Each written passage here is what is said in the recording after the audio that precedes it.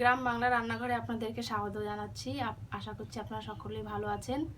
আজকে আপনাদেরকে একটি নতুন রেসিপি রান্না করে দেখাবো, চিংড়ি মাছের মালাইকারি। রেসিপিটা প্রথম থেকে শেষ পর্যন্ত দেখবেন। ভালো লাগলে লাইক করবেন, কমেন্ট, শেয়ার করবেন আর সাবস্ক্রাইব করতে ভুলবেন না।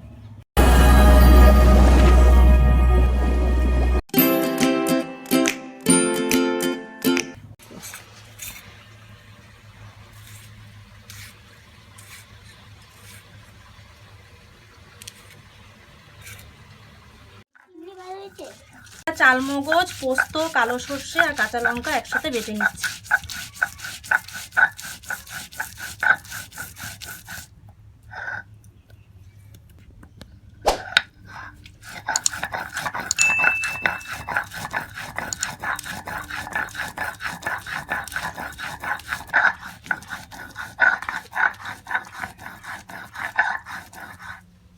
এটাতে মশলা বাটতে আমি জুত পাই না।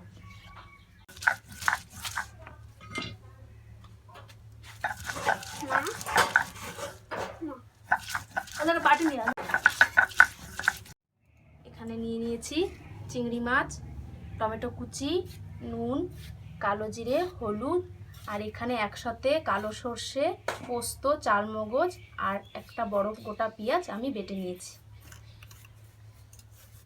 কড়াইতে আমরা তেল গরম বসিয়ে দিয়েছি, এর মধ্যে আমরা চিংড়ি মাছগুলো ভেজে নেব।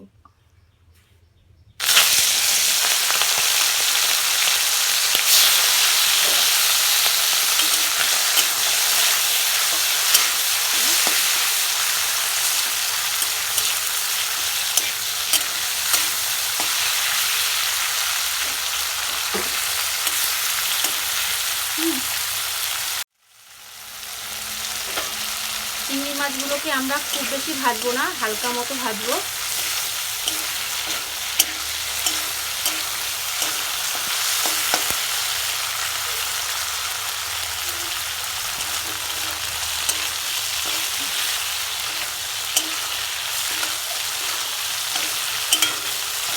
ভাজা হয়ে গেছে, এবার আমরা একটু প্লেটে তুলে নেব।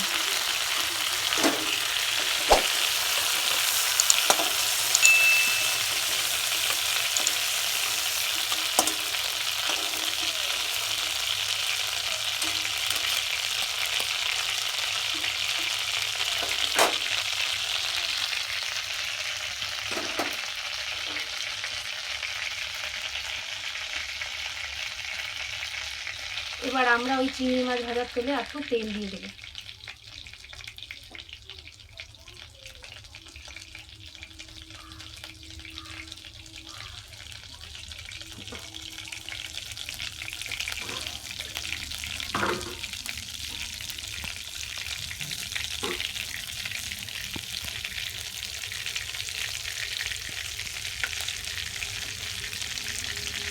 তেল গরম হয়ে গেছে, এর মধ্যে আমরা কালো জিরে ফোড়ন দিয়ে দেবো।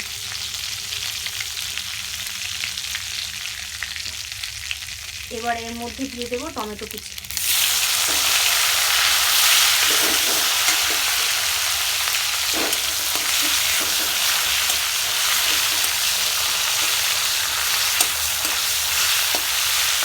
টমেটোগুলো একটু ভাজা ভাজা হলে এর মধ্যে বেটে রাখা মশলাটা দিয়ে দেবো।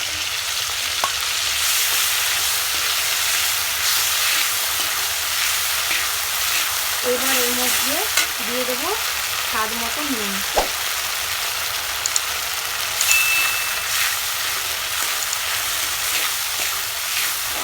দিয়ে দেবো পরিমাণ মতো হলুদ।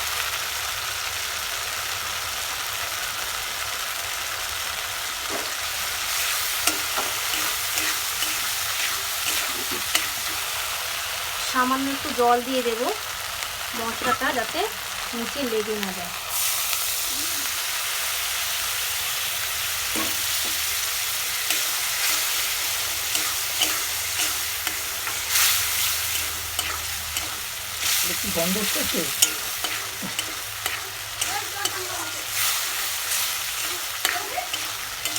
মশলাটা আমরা খুব বেশি কষাবো না,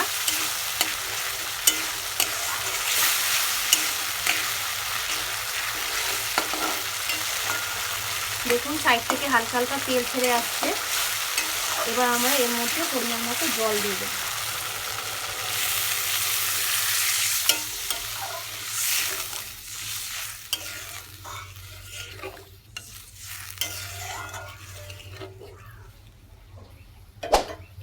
মধ্যে ভেজে রাখা চিংড়ি মাছগুলো ছেড়ে দেবো।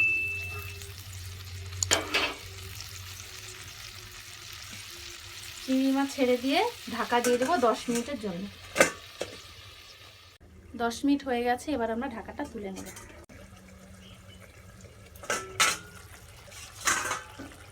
এই দেখুন হয়ে এসছে অনেকটা, আর একটু সামান্য হবে।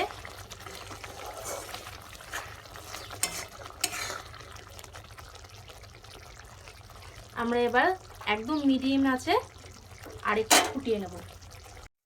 তরকারিটা হয়ে গেছে, তাই নামানোর আগে একটু সামান্য পরিমাণ আমরা চিনি দিয়ে দেব। এতটাখানি চিনি আমরা দিয়ে দিয়েছি। দেখুন আমাদের চিংড়ি মাছের মালাইকারি একদম তৈরি হয়ে গেছে। এবার আমরা একটা বাটিতে তুলে নেব। রেসিপিটা আপনারা অবশ্যই বাড়িতে ট্রাই করবেন, আর কেমন লাগলো সেটা আমাকে কমেন্টে জানাবেন। এবার আমরা এটা বাটিতে নামিয়ে ফেলবো।